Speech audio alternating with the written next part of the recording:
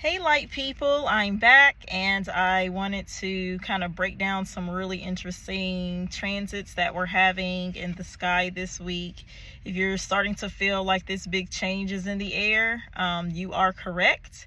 And I know like sometimes change when it is unknown can trigger some feelings of instability, some feelings of fear, a little bit of indecisiveness. So I thought this would be a good day to pull some cards for you guys and just kind of talk all of us through these current transits that are happening.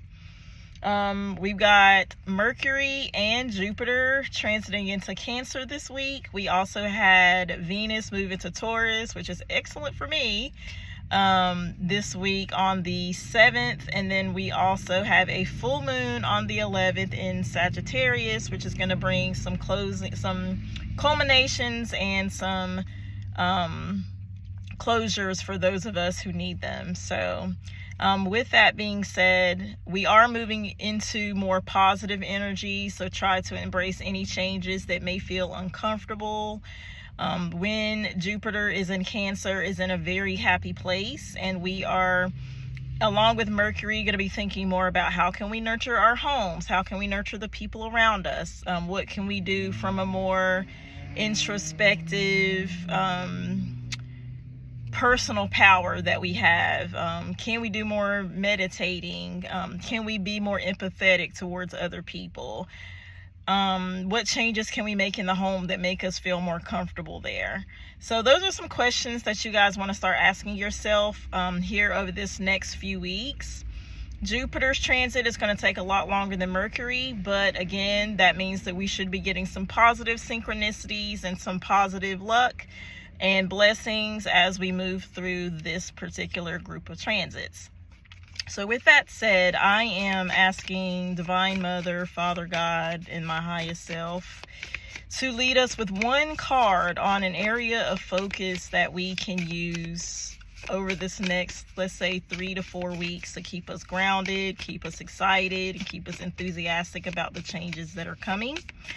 So the deck that I'm shuffling now is my Energy Spirit deck. It's an oracle deck. I like to use this one to give themes to my overall tarot readings. And today I'm just going to use it asking for just one card from God's consciousness that keeps us aligned with his path. And what are we going to get today? Ooh. Ascendant Masters. So basically, these are the devoted spirits with specific intentions that we have around us all the time. I got really deep into learning about energy guides and how to use the angels more efficiently over this past year. So this is a really important card. Also, with this being a number 40, 4 is the number of foundation, of building foundation, of building structure, of building stability. So this is basically telling me that when we start feeling these feelings of going into the unknown and feeling like, oh my gosh, what should I do? Is this going to be positive? Am I doing the right thing? Then we need to kind of write down, what is it that we want to accomplish? What is it that we want to change? And then we are to ask our spirit guides to send us the proper guidance from the Ascendant Masters in those areas. Ascendant Masters in those areas. So those are people who used to walk this earth and they do not walk the earth anymore. But as you know, we all have guardian angels, we all have archangels and other talent guides that are around us that assist us with our journey through life. So look up some people that you look up to in specific areas and just close your eyes in a quiet place. Ask them by name for their assistance and in helping you with the specific intentions that you have. You can also connect with a spirit guide or a spiritual teacher online, or someone that you know in your community who can also help you connect to Ascendant Masters that work well for you. There's all kinds of research that you guys can do on it. So I definitely think this is, with it, so many planets being in Cancer, this is a great time to get a little bit more spiritual in your practice. So definitely a suggestion that we can all use for now. And I'm just going to clarify that particular card with my golden tarot deck. I am just going to ask highest self, divine mother, and Father God to give us some specific advice and specific wisdom about using those Ascendant Masters and about setting forth our intentions with our inner selves, with being happier at home, with being happier with the people around us, with making sure that we are changing within ourselves the things that we need to change in order to be productive and inspirational to the community around us. And I'm just going to pull 3 random cards, and let's see how we can use this energy over the next 3 weeks. All right. And guys, I do read reversals. Some people don't, but I do. All right. Ooh, so the first card is the Knight of Wands. And what I love about the Knight of Wands is that this is the knight who is willing to take action. He's willing to go for what he wants. He is courageous, and this can be a female as well, but he is courageous, willing to go into battle, willing to be strategic and put himself out there. I made a previous video where I was saying, hey guys, it's time to sometimes take the first move, or sometimes, you know, it's time for you to be in the spotlight. So take the action of getting to know some of the Ascendant Masters who could possibly inspire and help you spiritually. If you're having trouble finding people in real life that can help you, sometimes you have to go within to get the answers that you're seeking. They can come in dreams, they can come through animal spirits, they can come through just random synchronicities like reading something on a building, or getting a random text message or email. So this card encourages you to be courageous and take some action toward whatever your intentions are. And don't forget to ask for help, okay? So the next card I'm going to pull, wow, another knight. So the Knight of Coins. So what I like about the Knight of Coins is that he is the one knight of the tarot who's not moving forward. He doesn't have to. He's already planted the seeds. He's already gotten secure in himself. He already knows that the work that he's been putting in is going to bring him some sort of fruition.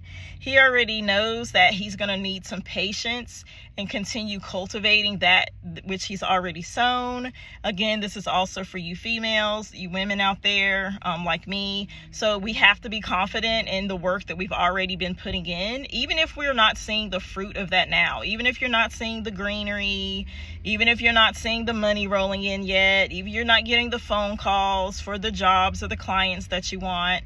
Maybe the person that you've been working toward hasn't noticed you yet or hasn't responded to your advances. Be confident in what you've already planted. And if there's something that you haven't planted yet, take this Knight of Wands and combine him with that. Take this Knight of Coins and combine him with the Knight of Wands to make sure that you plant those seeds and begin cultivating them in confidence, so that positive things can come to you without you trying to force them. Force is never a good thing. Usually you're going to get the opposite effect. So you need to be confident in the actions that you take, but then also rest in the fact that they were the right answers, the right actions for you, and that you can believe that they are in transition to you without you constantly worrying about it. So we got 2 knights. Ooh. And the third card is the 3 of Cups. So here in the 3 of Cups, we have the Trinity. We are feeling fulfilled. We have different parts of ourselves that are aligned so that we can be in harmony not only with one another but with the people around us. We can toast to ourselves. We can feel good about ourselves. We can invite other people to the party. We can be whole in our gifts and our talents. We can be confident in the people that we're around. We're making good choices. We're creating good harmony. So when you get this, when we get this 3 of Cups kind of vibe, as you can see, these ladies are having a good time. They're dancing, they're celebrating, they're not stressed out about tomorrow. They are in the moment. They are enjoying what they already have. And that's one thing that we definitely need to incorporate here, especially if you are having family drama or you're in some uncertain periods with people in your family. Maybe someone's moving, or maybe there's a job change, maybe there's a relationship status change, maybe the money flow has been up and down. But do what you can with your inner being to remember to enjoy the moment. Not be so worried about the future. Rest, relax, plant the seeds, water it, and then let nature take its course. Just keep meditating on those things. Keep being grateful for those things. Keep nurturing the people that you have around you, and allow them to nurture you back. Sometimes you're not always supposed to be the doer. Sometimes you need to be the receiver. So as we're going through the rest of this month with these new transits, definitely some things to keep in mind.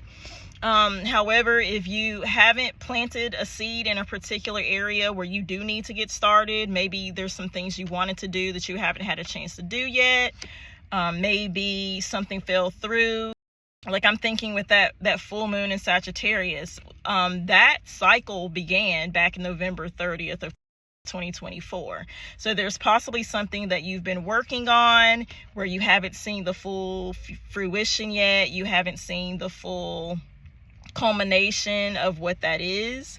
So just keep the faith that whatever seed you planted back in November, you can check your text messages, you can look back into your pictures, call logs, emails, just kind of see like what were you going through back in late November before Christmas. What were you trying to start that maybe you started and you're still working on it, you haven't quite hit that mountaintop. So with this full moon in Sagittarius over the next 6 months, there's going to be some sort of conclusions coming from the work that you've been doing. And with the current transits that are activated, those culminations should be positive rewards. So not gonna talk way too much about this. Really excited to share this with you guys. Again, this is, not substituting for legal advice or medical advice. Not saying go out and buy 10 million lottery tickets, but you can buy a couple. But with that, if you don't have a spiritual advisor, or you don't know your natal chart to know where Cancer is housed in your chart, or you don't know what your rising sign is so that you can read accurate horoscopes, or perhaps you have never had an actual tarot reading and you've always thought they're these horrible, evil, devilish things, but perhaps you're interested in a personal reading, just comment in the comments and I will send you my information so that you can book a private session with me if you want either your natal chart done for you and you can know all of the planets that influence you personally, or if you're interested in a tarot reading that is 15 to 30 minutes in regard to a specific situation that you have. So thank you, light people, for spending time with me. Thanks for coming to my party. If you are on YouTube, don't forget to like and subscribe. Also share this video with someone close to you, especially if they're a Cancer or a Sagittarius. And looking forward to you guys on the next one. Make sure that this video is pushing up in that algorithm so that more people can see it. Thank you for your time. India Celeste out. Ciao for now.